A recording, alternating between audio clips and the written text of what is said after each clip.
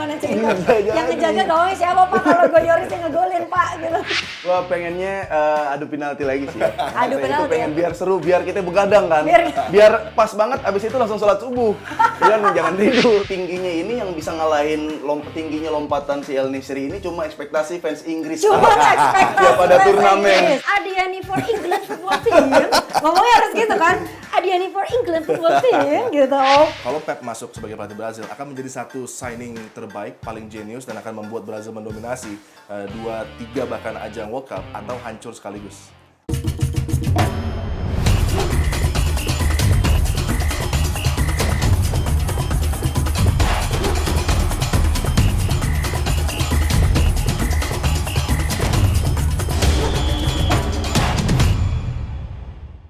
Memasuki babak semifinal sudah ada 4 tim yang lolos, di mana 2 diantaranya adalah tim kejutan.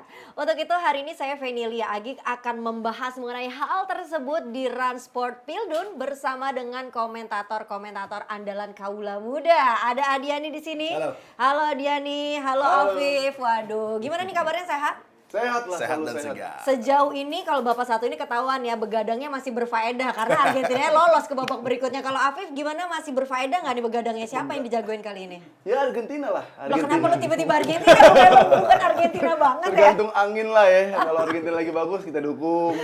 Cuman kan blok Manchester sama blok Ronaldo udah kalah Udah istilahnya. kelar ya, Iya. tapi gue sedih banget loh itu. Gue bukanlah big fansnya Cristiano Ronaldo gitu ya, tapi gue sedih banget ngelihat bagaimana dia tersingkir gitu. Selain itu juga Brazil juga tersingkir oleh Kroasia. Nah tapi kita hari ini akan ngomongin satu persatu, tepatnya semifinal. Pertama kita akan ngebahas mengenai Argentina Kroasia. Nah tapi sebelumnya gue juga pengen ngingetin buat kalian semua untuk like, comment, dan juga subscribe channel Rans Entertainment dan juga Rans Sportainment. Wow.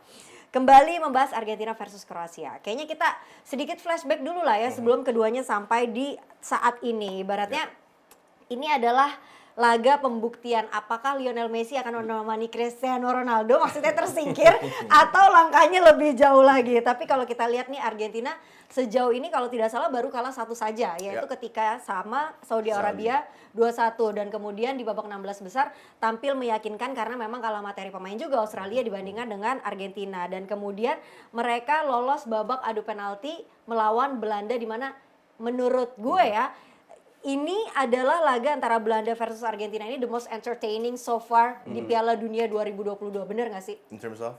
In terms of apa ya, semuanya ada. Ibarat kata drama dari wasitnya ada, drama dari para pemainnya ada, dan juga taktik antara kedua pemain, kedua pelatih juga berbeda, dan di situ tuh ada gitu loh. Jadi ya overall it's the most entertaining for me. Tapi kalau buat Adiani gimana? Mungkin ada dua approach yang berbeda ya. Van Gaal justru di kali ini merubah tactical approach dari Belanda yang sebenarnya dari group stage hingga knockout stage babak 16 besar sudah ya smooth running, dan mereka punya satu ide yang terus mereka kembangkan dengan mid block mereka yang impressive di nice spaces, dan juga bagaimana lini pertahanan bisa build up dengan nyaman, switching juga. Jurrien Timber menjadi satu sumber permainan mereka yang memang fantastis, tapi kemudian mereka sedikit merubah di saat tentunya mereka khawatir dengan kekuatan dari lawan yang ada. Scaloni pun demikian, dia adjust beberapa hal di tim Argentina, dan kita lihat Licha Martinez sebagai satu extra defender di pertahanan ini juga membuat tentunya kenyamanan dari counter Belanda tidak jalan. Tapi yang cukup mengherankan adalah bagaimana Van Gaal merubah Cody Gakpo yang tadinya bermain di posisi 9 atau di 11, tapi kemudian dia ada di sentral nomor 10, dan ini membuat dia kurang nyaman dan tidak bisa mengeluarkan kemampuan eksplosivitasnya yang membuat sedikit terganggu ya flow dari build up structure tekanan Belanda. Ya, dan sejauh ini kalau kita lihat memang setidak-tidaknya dia sudah menjalankan taktiknya lah ibaratnya, meskipun tidak berjalan seperti yang dikatakan Adiani. Tapi kalau kita bahas mengenai Argentina, ketika itu Viv, kan lo fans Argentina nih tiba-tiba kan ya. Ketika itu Viv lo ngelihat ini taktiknya luar biasa sekali, dan menurut lo apakah akan menghadapi Kroasia ini menjadi laga yang mudah bagi Argentina? Iya, kalau kemarin gue ngelihatnya si Scaloni itu bener-bener berani jadiin catur banget kayak ketika Belanda 3-5-2 dijadiin 3-5-2 juga sama dia. Gue pikir Gokil ya. mau diapain nih ya kan. Ternyata ya udah bener-bener diadu kekuatan aja, diadu kualitas aja. Ternyata memang ya udahlah, emang imbang hasilnya, berani ngimbangin kayak gitu, yang gue salut dari Scaloni kayak gitu. Sama kayak intrik-intrik di belakangnya tuh yang gue penasaran, kayak kok Messi bisa seemosi itu Ya, sampai ya, kepancing, ya, kayak ya. pemain-pemain lain sampai segitu. Drama di balik itu ya Drama justru di balik ya, itunya, bener sih. apalagi sekarang lawan Kroasia yang di tahun lalu dia kan Ya. pernah kalah benar-benar 3-0 lagi, 3-0 gokil ya. kalahnya. Tapi sekarang kan Argentina yang sekarang bukan yang kiper Caballero, Iya. gitu. Bukan Otamendi sama siapa lah yang kemarin gue lupa. Terus Iya. bukan yang dulu lah Argentinanya. Nah, gue penasarannya adalah gimana nih nanti nih pertandingan, apakah harus digembar-gemborin? Gue juga kayak si Emil Martinez tuh kesel banget sama Van Hal, Iya, iya, iya, diapain sih? Apakah foto profilnya itu Van Hal lagi pendek?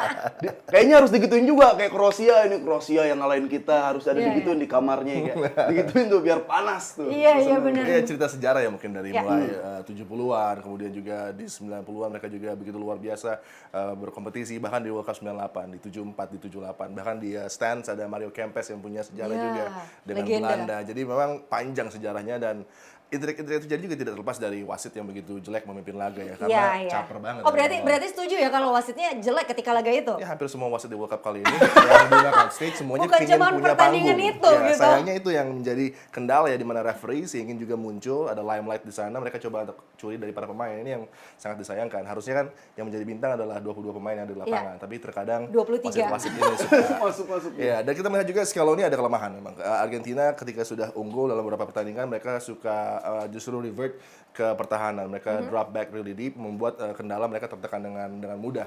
Dan itu yang terjadi ketika sudah unggul nyaman 2 gol, ada comeback dari Belanda, mereka back to basic, memainkan De Jong, kemudian juga memainkan Wout Weghorst, yang membuat mereka simple ya, bermain bola-bola panjang menuju kotak penalti. Dan ini kendalanya karena tidak ada pemain bertahan yang memiliki tinggi tubuh yang ideal untuk Argentina. Licha Martinez, kemudian juga Otamendi.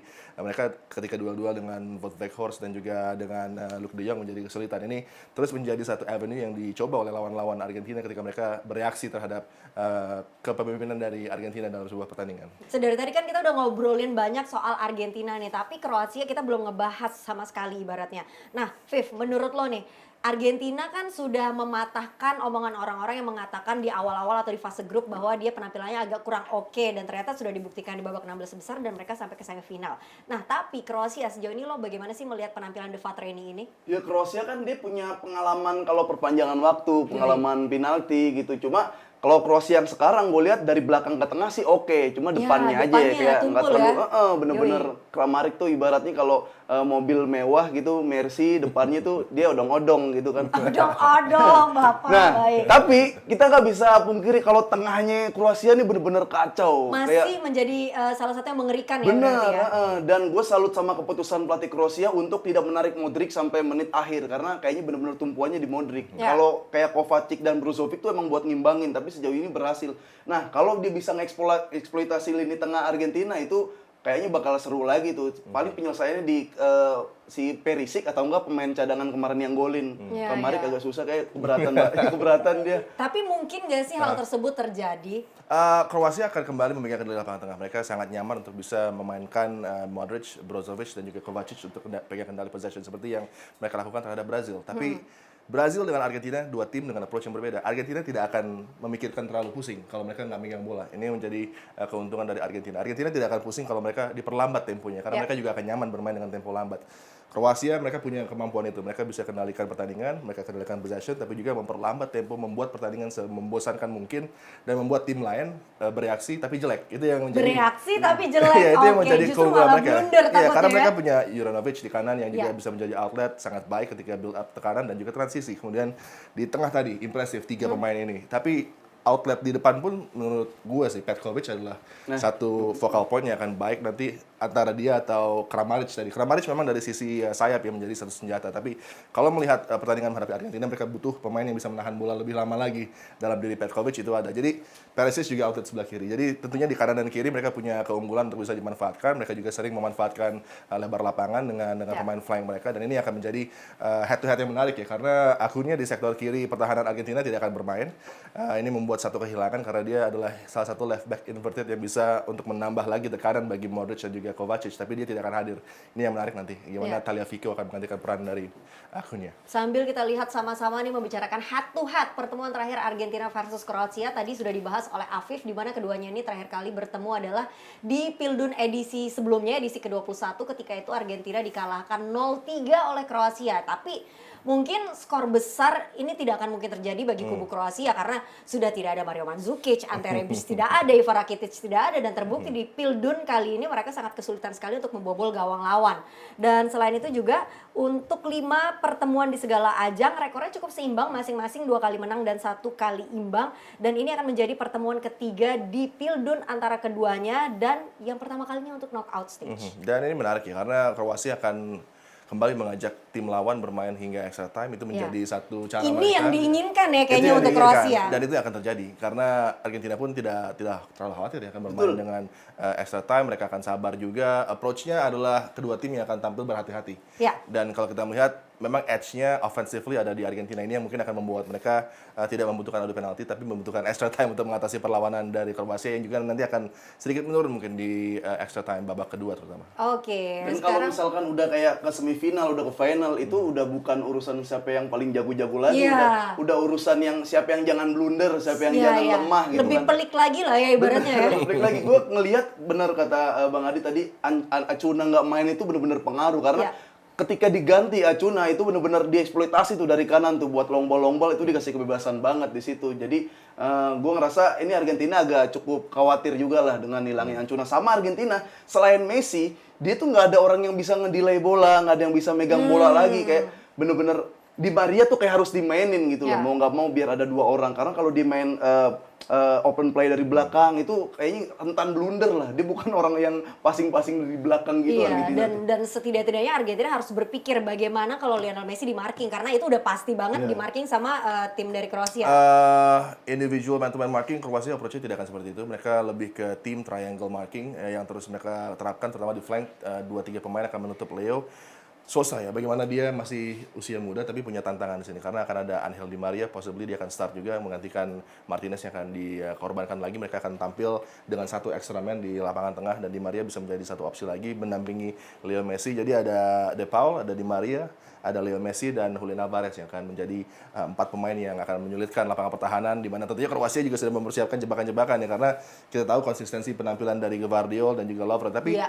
Messi adalah pemain yang bisa attack the space di antara defender dengan penjaga gawang, defender dengan midfield. Dan kita lihat Gvardiol belum pernah menemukan lawan yang seperti Leo Serius Messi itu.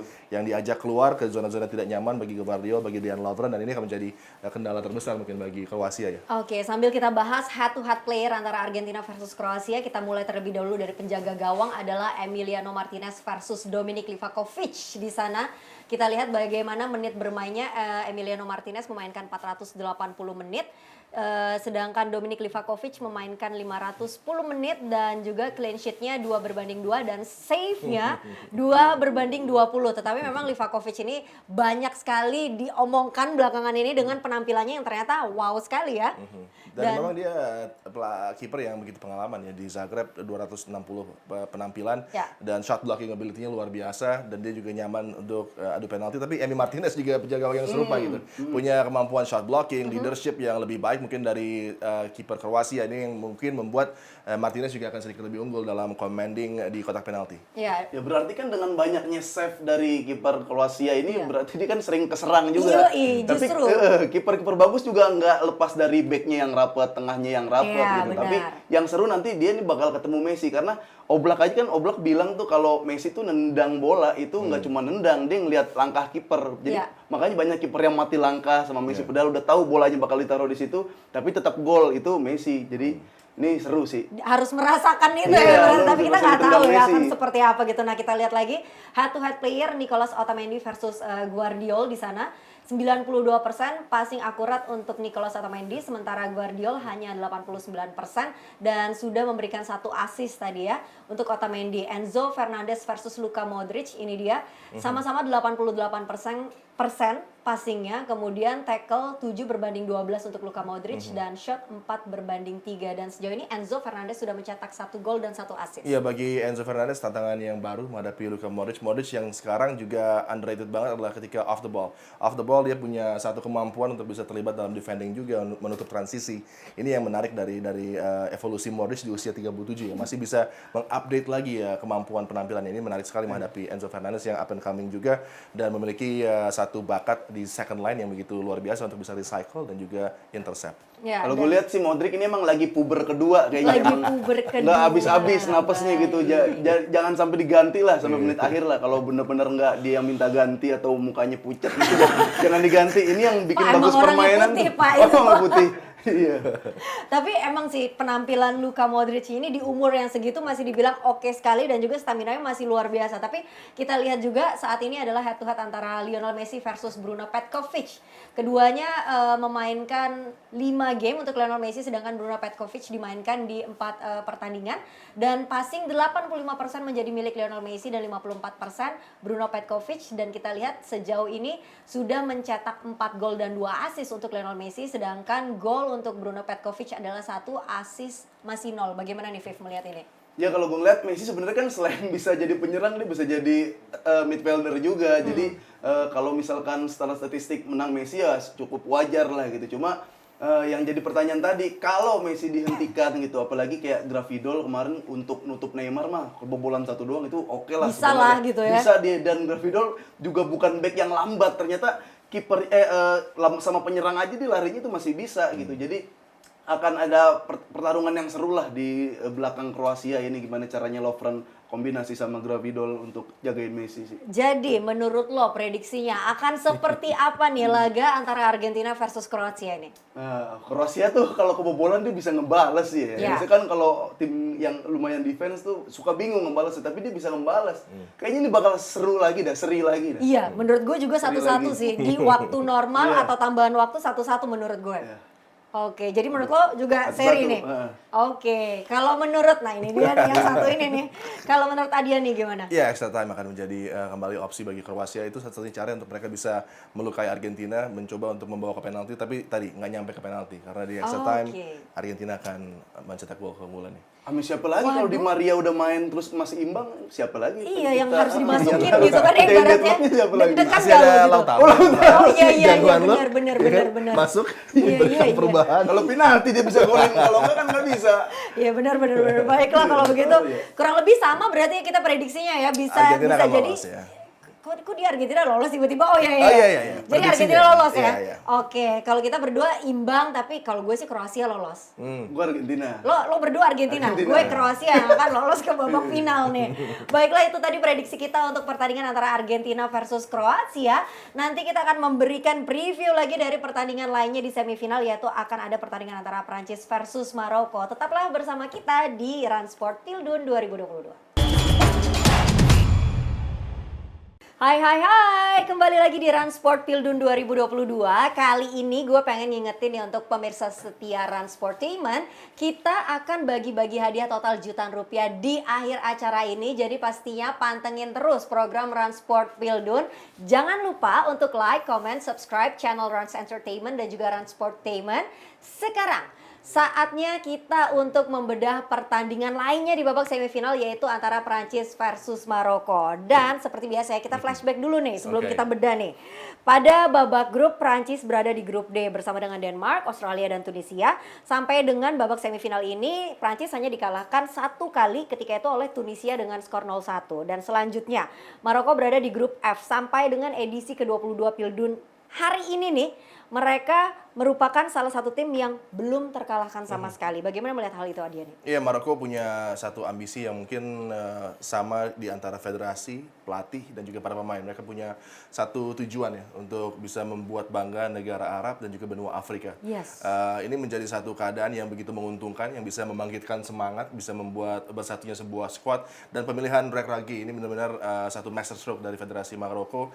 Tidak lama sebelum World Cup dimulai, pelatih ini masuk memberikan ide-ide yang begitu segar, mengamankan lagi pemain-pemain yang Ya. sempat rebel, sempat menolak untuk bermain, Hakim Ziyech misalnya, Mazraoui, bintang-bintang utama yang justru menjadi kekuatan, menjadi struktur utama dari skuad ini dirangkul dengan man management yang sangat baik. Dan ini juga kemudian kita lihat bahwa pelatih lokal ya bisa memberikan satu warna dan dipercaya oleh para pemain. Tidak hanya melulu dengan pelatih-pelatih asing yang mungkin punya reputasi tapi Ya. tidak bisa menyatu dengan skuadnya. Ini yang berbeda dan ada satu semangat fantastis ya ketika mereka juga bisa mengalahkan negara-negara yang punya kemampuan yang lebih established dan ya buktinya Spanyol juga sudah takluk, Belgia juga hancur di tangan mereka. Jadi Ya. ini ada reputasi yang coba mereka bangun tidak sebagai dikatakan kuda hitam, dikatakan sebagai underdog, tapi memang squad yang dibuat juga dengan satu tidak mudah ya dalam 3-4 tahun ke belakang mereka membuat training camp dan juga training center Ya. yang begitu canggih. Ini yang membuat tentunya para pemain pun nyaman, ada uang yang digelontorkan di sana hampir 12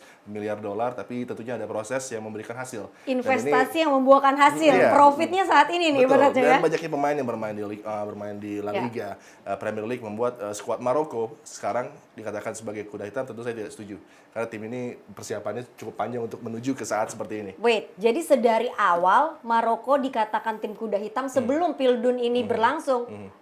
Adiani tidak setuju. Tidak setuju karena di back ada Roman Saiz, di belakang ada Bono, best goalkeeper La Liga, Hakim Ziyech, reputasinya di Ajax. Kemudian memang di Chelsea tidak terlalu baik, tapi dia adalah pemain yang punya figur kebintangan di sana. Mazraoui, pengalaman, wingback, bermain untuk FC Bayern dan juga Ajax. Jadi tentunya semua yang ada di squad ini punya something to prove juga. Ada sesuatu yang mereka coba buktikan. Maroko adalah negara yang punya catatan Piala Dunia yang cukup baik dengan Yusuf Chipo, dengan Naibet, dengan Mustafa Haji, bintang-bintang lama mereka yang punya satu kebintangan di Afrika yang fantastis ya. Ini tentunya membuat mereka juga bersemangat dan akhirnya penampilan di lapangan tidak diduga oleh banyak tim, tapi itu dia tadi defensive solid. Tapi ketika transisi juga efektif dan ini kuncinya ada di lapangan tengah memang Ounahi, Amrabat, pemain-pemain hebat yang mereka miliki. Iya, mungkin banyak orang yang tidak mengenal lebih dekat mengenai para pemain-pemain yang dimiliki Maroko kecuali kayak Hakim Ziyech, terus gitu Hakimi ibaratnya ya Viv ya.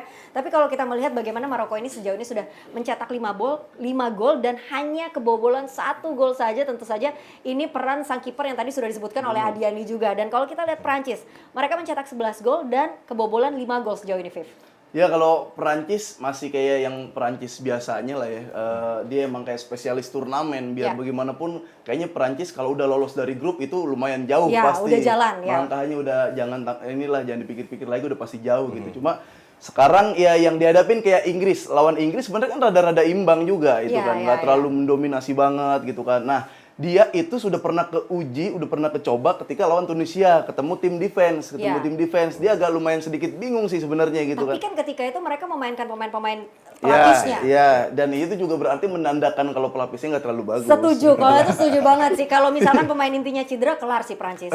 Dan ya udah kita lihat ternyata lawannya Maroko ini, Maroko bukan cuma bisa defense ternyata. Dia nyerang juga bagus gitu Iya. kan. Dan ketika ditekan di press atas, dia bener-bener santai. Dia bisa keluar dari situ loh, gelandang-gelandangnya. Jadi ini bakal pertandingan yang menarik karena ada si Mbappe ketemu Hakimi Iya. di situ, ya kan. Dembele juga yang kemarin sempat kekunci kayaknya bakal bisa berbuat banyak lah di situ. Iya, dan juga Maroko ini bermain sepak bola yang defensif, tadi sempat dibahas juga. Ternyata, tetapi juga pada saat mereka menyerang, mereka memiliki strategi juga ya, Adiani. Dan iya. juga ini merupakan cara cerdik salah satu tim asal Afrika, di mana dalam pertandingan sebelumnya bagaimana Maroko bisa sampai di fase ini, banyak sekali rekor-rekor yang terpecahkan, yaitu sang pelatih yang sebelumnya sempat ada konflik internal dengan para pemainnya, ternyata menjadi pelatih dari dari benua Afrika ibaratnya yang sampai timnya sejauh ini. Kemudian juga Maroko untuk pertama kalinya dalam sejarah bisa sampai di fase semifinal ini. Dan kita tidak tahu apakah mereka akan lolos ke final atau tidak. Dan juga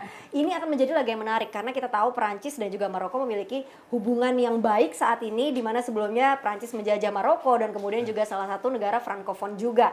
Ini akan menjadi hal-hal intrik di luar sepak bola itu akan ada pada pertandingan ini, Adiani. Ya ada dan akan membuat kembali Maroko bersemangat ya menghadapi lawan-lawan sebelumnya Portugal, Spanyol. Ada pembuktian di sana, ada satu keadaan di mana mereka akan tampil berlipat ganda kemampuannya dan ini yang sudah terlihat. Dan kalau kita melihat memang tadi betul sekali low block, kemudian juga mereka nyaman ketika di high press. Ada pemain-pemain yang bisa mendribble bola dari pertahanan, Amrabat misalnya, Roman Saiz pun demikian, Aguerd ya satu nama yang tentunya harusnya kembali fit untuk laga menghadapi Prancis. Dia adalah pemain yang sangat penting di lapangan pertahanan, dan kembali ini keadaan yang mungkin bagi Prancis ketika menghadapi Inggris pun mereka di babak kedua setelah equalizing goal dari Inggris tidak terlalu nyaman. Tapi kita lihat bagaimana begitu mematikannya Prancis ketika ada peluang. Ini yang harus diperhatikan oleh Maroko ya, karena Giroud sedang on fire, Tchouaméni menjadi satu dinamo tenaga yang luar biasa. Mereka kehilangan Conte, mereka kehilangan Pogba, tapi Tidak ada efeknya. Ya, Didier Deschamps seorang coach yang memang luar biasa dari segi bagaimana dia melatih seorang pemain untuk bisa step up ya. Tchouaméni adalah pemain yang benar-benar luar biasa di World Cup kali ini bersama dengan Adrien Rabiot yang juga berubah. Ketika punya pemain seperti Kylian Mbappe, tentunya dia akan di stick high on the left side dan dia jarang sekali untuk mundur. Tapi ada penopangnya, ada Rabiot. Leo Messi punya De Paul, Rabiot adalah pekerja bagi Kylian Mbappe, dan ini menjadi satu keadaan yang membuat balance tim ini sangat luar biasa ya Prancis ketika mereka mendapatkan transisi serangan dari lawan. Iya, dan yang gue salut tuh Deschamps tuh dia punya kayak plan A, plan B-nya gitu. Ketika mati di Giro pasti kayak Mbappe sama Dembele udah siap. Bahkan kemarin lawan Inggris Mbappe, Antoine Griezmann Dembele, juga oke banget penampilannya kan. Mbappe Dembele dikunci, si Tchouaméni masuk gitu. Karena mungkin nanti gue bakal berpikir kalau Tchouaméni-nya pun dikunci, Upamecano yang bisa golin. Upamecano dikunci, Kemarin nyaris Hugo Lloris digolin. Upamecano tuh sayang aja nggak jadi Hugo gitu. Lloris tadi mau golin. Gimana cerita? Yang ngejaga gawangnya siapa Pak kalau Hugo Lloris yang ngegolin Pak gitu. By the way nih ya, Prancis ini sama sekali belum pernah mengikuti adu penalti untuk edisi kali ini. Nah ini bisa jadi hal yang membahaya juga. Bagaimana melihat kans adu penalti terjadi di pertandingan ini menurut Tidak ada peluang. Tidak ada peluang. Tidak ada peluang. Jadi akan dimenangkan siapa? 90 menit untuk Prancis. Oh ya? Iya. 90 menit untuk Prancis. Kalau untuk lo? Gua pengennya adu penalti lagi sih. Adu penalti Itu pengen ya? biar seru, biar kita begadang kan. Biar- Pas banget abis itu langsung sholat subuh. Ya kan jangan tidur.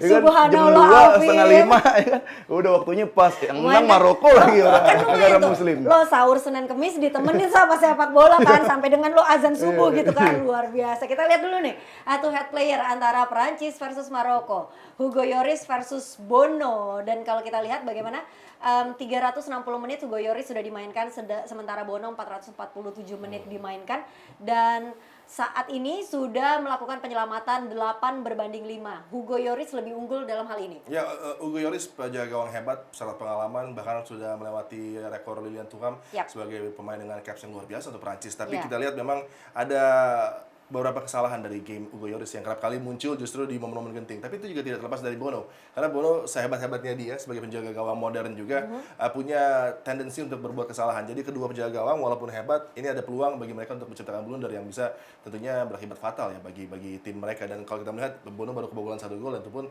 OG ya dari rekannya sendiri.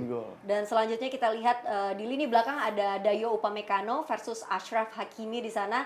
91% passing akurat bagi Upamecano, sementara untuk Achraf Hakimi 82%, dan clearance 11/7 menjadi milik Upamecano.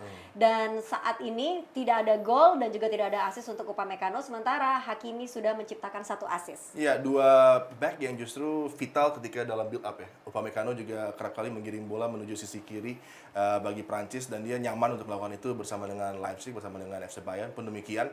Kalau dia tidak di high press, ini menjadi kenyamanan bagi Upamecano untuk bisa melihat gambaran dari para pemain yang ada di lapangan tengah, dan ini juga bisa men-unlock Antoine dan juga Adrien Rabiot. Kalau kita melihat Achraf Hakimi pun demikian ya, di sektor kanan dia agresif, dia kadang bisa bermain hanya melebar saja ataupun juga inverted. Ini menjadi kenyamanan bagi Hakimi untuk bisa link up dengan para pemain tengah dari Maroko, dan Amrabat menjadi pemain yang terus jaraknya sangat dekat ya dengan Hakimi di lapangan permainan. Ya, membicarakan mengenai Amrabat sekaligus kita melihat head to head player antara Prancis dan juga Maroko di lini tengah. Ini jujur gue nggak bisa milih salah satu nih, Vev. Ada Antoine Griezmann di sana yang menjadi pemain vital dari timnas Prancis versus Sofian Amrabat. Antoine Griezmann sudah dimainkan 5 laga, sementara Amrabat 3 laga, dan juga 85% berbanding 84% passing accuracy-nya, dan gol dan juga assist hanya Griezmann sejauh ini yang mencetak 3 assist, di mana saat ini dia pencetak assist terbanyak untuk timnas Prancis di Viv. Iya, kalau di secara posisi kan memang Griezmann benar-benar kayak yang main di belakang striker sebenarnya. Kalau Amrabat tuh yang lebih ke registanya. Cuma di sini kalau posisinya memang si Griezmann udah pemain yang bagus gitu. Amrabat kan mungkin kalau buat yang baru nonton bola baru tahu sekarang ada Iya, pemain iya, namanya iya, Amrabat iya, gitu iya, kan. iya. Tapi lihat track recordnya kemarin dong Ya. lawan Spanyol 3-3 gelandangnya Gavi, Pedri, Busquets dikantongin, sampai diganti Koke dikantongin juga. Lawan Portugal Ruben Neves, si Bernardo, si Bruno kena juga sama dia. Berarti kan dia tuh ada apa ya? Udah diuji coba gitu lawan tim-tim dan pemain-pemain yang bagus buat ke berikutnya. Jadi kayaknya ini Amrabat sama Griezmann ini bakal ketemu lah. Iya, ini cocok lah ya, Cocok, ini ibaratnya head udah to head pas. untuk lini Iya. tengahnya nih ya. Dan selanjutnya untuk lini depan adalah Olivier Giroud versus Youssef En-Nesyri, di mana Olivier Giroud ini sudah dimainkan dalam 4 laga dan juga passingnya 72%, duel won-nya 41%. Sementara untuk Youssef En-Nesyri sudah dimainkan 5 laga, 62% passing dan duel won-nya 57%. Dan sejauh ini Olivier Giroud ini sudah mencetak 4 gol, sementara Youssef En-Nesyri adalah 2 gol. Akhirnya nih, kalau kita membicarakan mengenai Giroud, seenggak-enggaknya gue bisa napas di Pildun kali ini, karena kalau kita lihat bagaimana peran pentingnya Olivier Giroud ada di 2018 lalu, akan tetapi tidak terlihat sama sekali gol yang dia ciptakan, tetapi di tahun ini dia menjadi pemeran yang penting untuk timnas Prancis. Dan kembali Didier Deschamps, bagaimana tactical geniusnya seorang pelatih yang tadi kata Afif juga banyak strateginya, bagaimana memanfaatkan seorang pemain. Hilangnya Benzema tidak menjadi kendala bagi Didier, karena Didier tidak pernah merate Benzema sebagai main focal striker dia. Ya. Sedangkan Giroud adalah pemain yang kali ini begitu mematikan ya. 2-3 peluang maka akan ada gol tercipta. Ini menjadi satu keadaan yang nanti akan membuat unsettle pemain bertahan dari Maroko. Terlebih kalau nanti ada beberapa nama yang hilang dari backline Maroko ya. Dan kita melihat En-Nesyri di Sevilla kadang bagus, kadang juga tidak tampil optimal, tapi untuk Maroko dia berbeda. Dan kemarin lompatannya ketika mencuri dari Costa sang penjaga gawang, ini menjadi satu gol yang begitu memorable. Wah, untuk pas Marseille dan banget. juga Itu Maroko. nanti akan kita bahas Oke, tepatnya. ya. Tenang aja, karena itu merupakan salah satu gol dengan sundulan yang oke banget Penting juga juga. ya ibaratnya Iya, ya. iya. Nah, tadi juga sebelumnya Adiani sudah memprediksi bahwa katanya 90 menit pasti akan menjadi milik Prancis. Kalau menurut lo gimana, Fif? Ini 0-0 dulu. Kosong, jadi penalti 0-0, lagi ya. penalti. Pokoknya Afif sampai Itulah. sholat subuh, itu gitu ya, Fif ya. Yoi. Jadi ini dipastikan laga yang tidak mudah untuk Prancis menurut lo. Ya, karena kita lihat tadi bener-bener kalau udah low block tuh kadang suka sampai bingung. Walaupun dia punya Giroud kan yang kayak udah 3 sih udah tinggal ngegolin aja lah, penyokong-penyokongnya banyak gitu. Tapi ya kita lihat Amrabat bisa jadi back, semua gelandang semua bisa jadi back. Jadi harus ngelewatin back yang 2 rangkem tersebut itu nggak mudah sih. Oke, itulah tadi ya prediksi antara Adiani dan juga Afif. Dan kita lihat saat ini top scorer di Pildun 2022 adalah Kylian Mbappe, masih berada di urutan pertama dengan 5 gol. Dan bukan tidak mungkin dia akan menambah pundi-pundi gol tersebut. Sama juga dengan Lionel Messi yang saat ini berada di urutan kedua dengan 4 gol. Dan Olivier Giroud berada di urutan ketiga dengan 4 gol. Dan Gonzalo Ramos 3 gol, Alvaro Morata 3 gol. Untuk kedua yang terakhir saya sebutkan yaitu Gonzalo Ramos dan Alvaro Morata sudah tidak bisa menambah pundi-pundi gol ya pastinya, karena juga sudah tersingkir. Dan top assist untuk kali ini adalah Antoine Griezmann dengan 3 assist dan Bruno Fernandes 3 assist, Harry Kane 3 assist, Mislav Orsic 2 assist dan Davy Klaassen 2 assist. Untuk top assist yang masih memungkinkan menambah hal ini adalah Antoine Griezmann dan juga Mislav Orsic di sana. Well, ini menarik memang kalau melihat bagaimana rangkaian Pildun edisi ke-22 ini di luar daripada ekspektasi. Tetapi itulah yang memberikan warna dalam rangkaian pesta sepak bola per 4 tahunan ini. Nah, membicarakan mengenai warna di pesta sepak bola per 4 tahunan ini, kita akan membahas hal-hal yang terjadi sepanjang gelaran ini yang seru-seru. Jadi pastikan ya, tetap bersama kami di Run Sport Pildun 2022.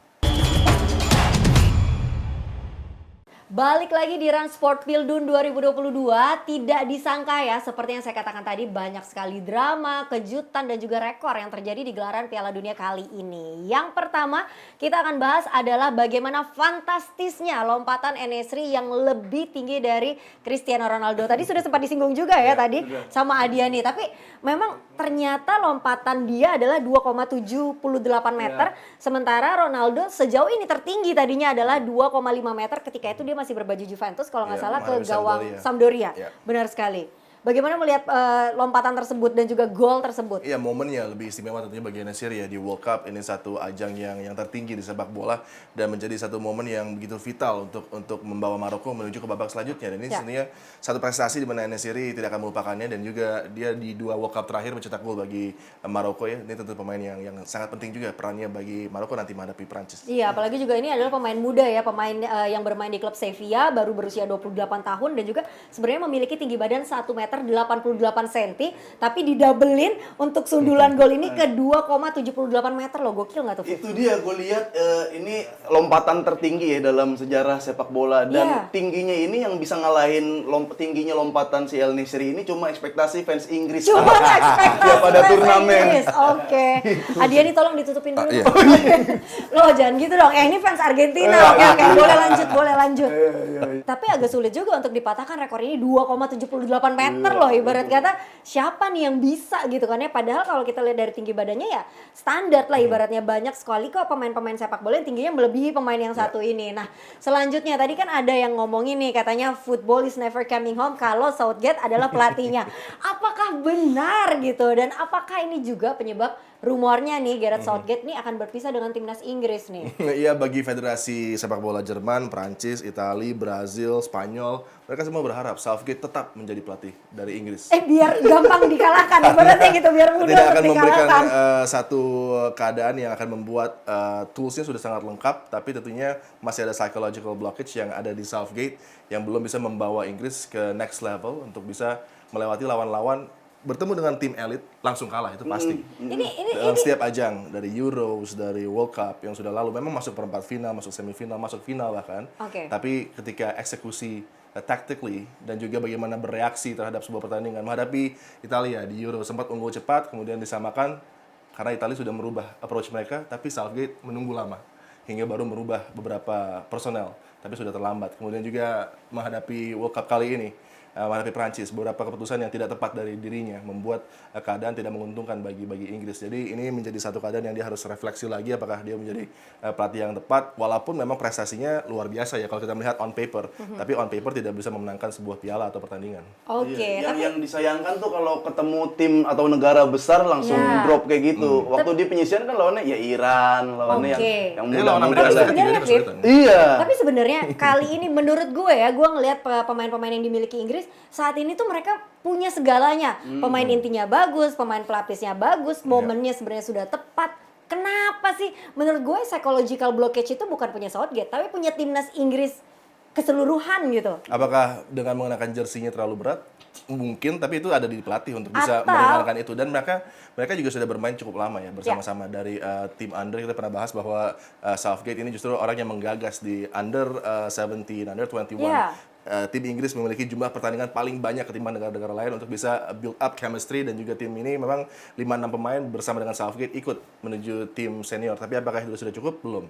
Apakah di Premier League juga sudah cukup banyak waktu bermain mereka untuk membuat mereka menjadi efek dalam sebuah tim? Tentu tidak, karena Manchester City, kemudian juga Tottenham, kemudian Manchester United banyak menggunakan tim-tim pemain-pemain asing yang justru menjadi key player mereka. Foden, kenapa dia dicadangkan? Foden adalah pemain terbaik Inggris dengan gaya yang begitu berbeda ya. Tapi kembali, Inggris pernah gagal untuk memanfaatkan Jack Wilshere. Kali ini ada kemungkinan Foden juga gagal dimanfaatkan dengan baik oleh kali ini Gareth Southgate yang bahkan di awal-awal turnamen ini tidak sama sekali memainkan dia sebagai pemain utama. Gokil, Adiani for England football team. Ngomongnya harus gitu kan, Adiani for England football team gitu. Oke, wow. By the way, ini kan ceritanya Gareth Southgate ini rumornya akan berpisah dengan timnas Inggris, tapi banyak sekali kejadian-kejadian di Pildun kali ini yang membuat para pelatih mundur masing-masing. Tite dipastikan untuk mundur. Kemudian juga tadi Adiani sempat mengatakan Luis Enrique ya. Enrique sudah mundur ya. Iya. Padahal Enrique sebenarnya punya project yang cukup berpotensi ya, sama dengan Hansi Flick, karena secara footballing wise, tactically, dan bagaimana warna permainan ini sangat menjanjikan buat Spanyol di Euro misalnya bersama dengan Jerman nanti. Dan juga membicarakan mengenai Tite yang mundur ini, gosipnya lagi nih akan ada Guardiola alias Pep Guardiola yang bergabung untuk melatih timnas Brazil. Tetapi kalau nggak salah dia memperpanjang kontrak nggak sih di City kan ya? Ya, ada siasat memperpanjang kontrak. Ini kan kayak baru rumor, dan yang ngasih rumornya juga Ronaldo Nazario yang kayak lagi pengen eksis lagi di medsos kan. Dia apa-apa muncul, ada di YouTube, ada kayak Pansos gitu kan. mungkin ya. Bisa jadi. Oke. Tapi ya Sebenarnya menarik ya, kayak ngebenturin bener-bener Amerika Latin dan Eropa tuh kalau misalkan bener-bener jadi. Karena kan kita biasanya terbiasa dengan pelatih-pelatih lokal, pelatih-pelatih yang udah memang sering melatih negara gitu kan. Nah, kayak untuk Pep ke negara, wah gue sih bakal nunggu juga kayak Mourinho latih Portugal sih. Udah sekalian aja dibenturin sepak bola biar bingung lah nih cara mainnya gimana Tapi gitu. menurut gue nggak mungkin sih, menurut gue nih ya nggak mungkin Pep Guardiola akan ngelatih timnas Brazil. Kemahalan, dia mahal banget gila. Tapi Iya nggak sih? itu yang menarik ya, kita sudah bahas di episode sebelumnya tentang Pep kemungkinan akan ke Brazil, tapi walaupun kontraknya sudah diperpanjang oleh Manchester City, tapi kalau kita melihat bagaimana Pep Guardiola dengan perjalanannya dan bagaimana juga tentunya ada ambisi berikutnya bagi Pep, apa yang menjadi tantangan buat dia. Apalagi gitu ya Apalagi kalau berarti. bukan melatih tim sepak bola terbaik di dunia. Ya. Brazil dengan reputasi sejarah dan bagaimana mereka puasa sejak 2002 untuk bisa meraih titel juara dunia lagi. Ini gue sempat bilang bahwa kalau Pep masuk sebagai pelatih Brazil akan menjadi satu signing terbaik, paling jenius dan akan membuat Brazil mendominasi 2-3 bahkan ajang World Cup atau hancur sekaligus. Karena ada satu konsep yang mungkin berbeda yang coba ditawarkan oleh Pep yang akan memainkan pola yang akan menarik buat pemain Brazil yang biasanya individually mereka baik dan juga secara counter attacking mereka bagus, tapi mereka tidak piawai dalam structure build up dan juga ball possession. Ini yang menjadi keunggulan Pep yang mungkin akan ada perubahan total di lapangan tengah kalau Pep menjadi pelatih dari Brazil. Iya, tapi kabarnya nih kalau misalkan timnas Brazil ini tidak berhasil mendapatkan tanda tangan Pep Guardiola sebagai pelatihnya, akan ada Guardiola KW2 nih, yaitu Fernando Diniz katanya, ada Brazilian Guardiola. Mungkin banyak yang nggak tahu dengan sosok ini nih ya. Mungkin boleh diceritain nggak sih mengenai sosok pelatih yang satu ini? Iya, Diniz juga up and coming ya bagi Fluminense. Dia juga pelatih yang punya approach mungkin hampir sama dengan Chiche, dan ini hampir sama juga dengan para pelatih-pelatih Brazil di mana kecepatan di flank menjadi satu source of tekanan utama mereka. Bahkan ini sudah ada sejak zaman-zaman Carlos Alberto Parreira, Mario Zagallo menggunakan back-back yang dinamis dari wingnya, dan ada Cafu di sana misalnya yang menjadi salah satu contoh pemain yang paling sukses bagi Brazil di sektor kanan. Tostão di tahun 70-an 60-an. Ini membuat tentunya satu keadaan akan menarik kalau masih tetap dengan pelatih Brazil, mungkin approach-nya akan sama. Tapi dengan pelatih yang memiliki penyegaran, punya ide-ide yang menarik, tentu ada di Guardiola. Oke, tapi sebenarnya juga Fernando Diniz ini bagus sekali di klub, tadi juga sudah disebutkan juga oleh Adiani. It's okay. Tapi kalau kita lihat dari mana 44 laga yang dimainkan, dia 26 kali menang, 9 kali imbang dan hanya 9 kali kalah aja. Setidak-tidaknya ini oke lah untuk pilihan, tapi kita tidak tahu apakah cocok untuk timnas Brazil atau tidak. Ya, karena reputasi balik lagi ya. Masih untuk di liga lokal saja, sedangkan pemain-pemainnya sudah mendunia dan ada ego-ego di sana yang bisa di-manage. Iya. Kalau masih di lokal mungkin aja. Iya, mungkin aja. Cuma lihat juga kayak pelatih yang Xavi kayak gitu kan. Lihat di Qatar oke, di Barcelona belum, masih ngadet-ngadet Masih gitu. ngadet-ngadet ya. Memang pressure-nya memang berbeda ya tentunya kalau ngelatih klub dan juga ini timnas loh, apalagi Brazil yang dilatih. Baiklah kalau begitu, seru sekali nih obrolan kita dan juga tadi sudah diprediksi juga mengenai dua pertandingan yang akan terjadi di semifinal. Saatnya sekarang Feni mau bagi-bagi hadiah nih untuk para penonton siaran Sport Pildun.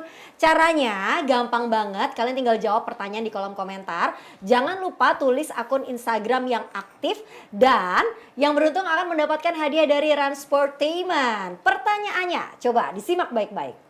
Siapakah pemilik nomor punggung 2 di Timnas Maroko? Wah, ini gampang sekali ya.